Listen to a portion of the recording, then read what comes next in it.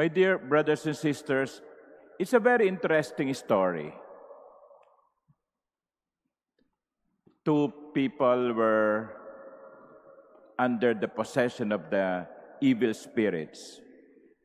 And the evil spirits, to get out of these two people, requested that they be allowed to transfer to the herd of pigs, isang pulutong ng mga kawan ng mga baboy.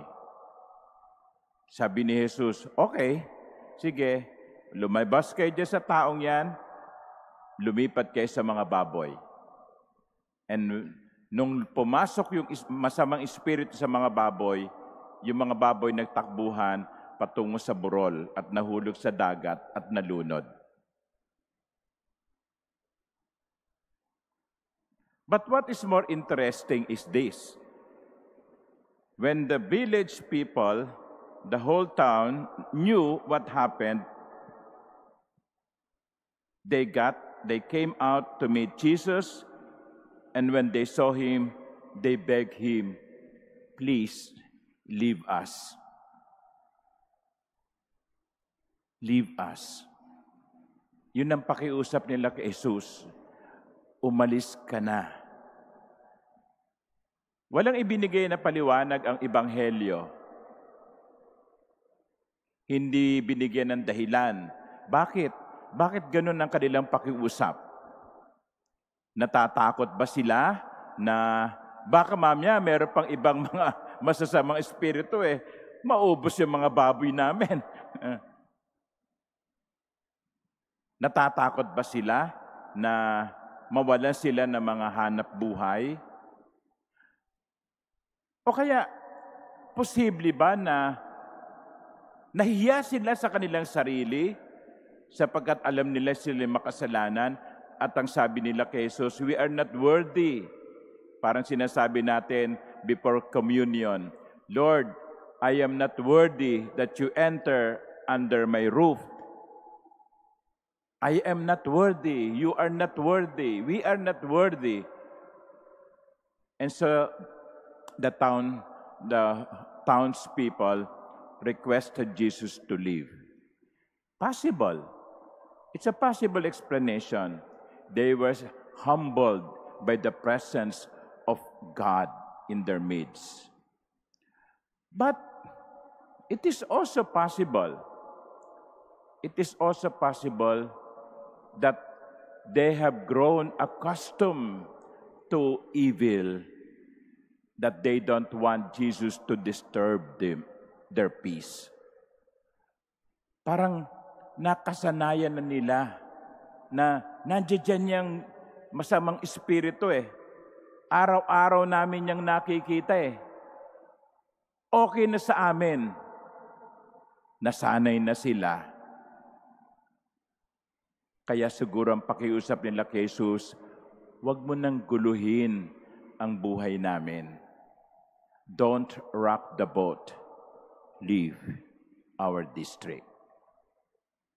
If that is the reason, that is very sad. And I guess, if that is true, it is still true now. Because let's take the issue of corruption. There is corruption in the government. There is corruption in the private sector. And there is corruption in the church.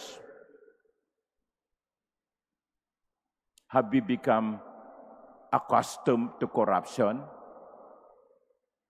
Have we become used? We have become used to corruption. Kaya kapag merong isa na magdadala ng pagbabago, hindi na dapat ganito, hindi dapat laging ganito. Baguhin natin ang sistema. Ano ang nagiging reaction ng iba? Hayaan mo na, huwag mo nang guluhin, no? Total nakikinabang naman tayo Ganun ba? That is why some candidates in last election did not win because they were advocating good governance. They did not win because some people have become accustomed to corruption.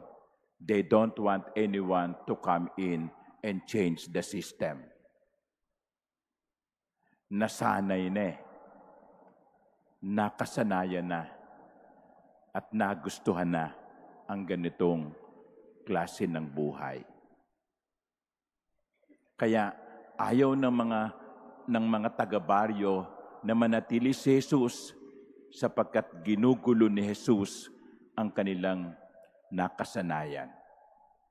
My dear sisters and brothers, many of you are working in government, in private sector.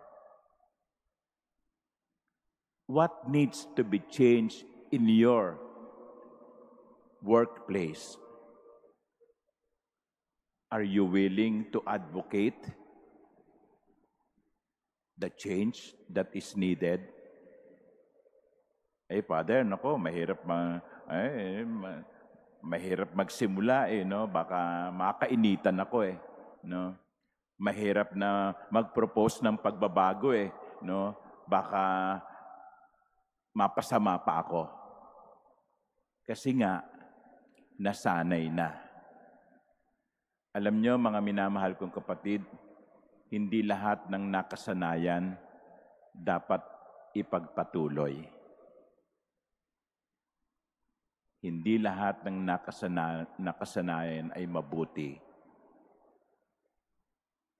Kung nasanay tayo sa masama, hindi natin ito dapat ipagpatuloy.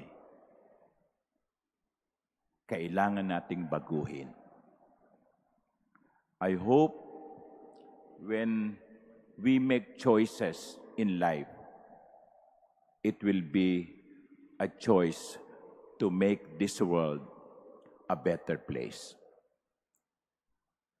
I hope it will be a change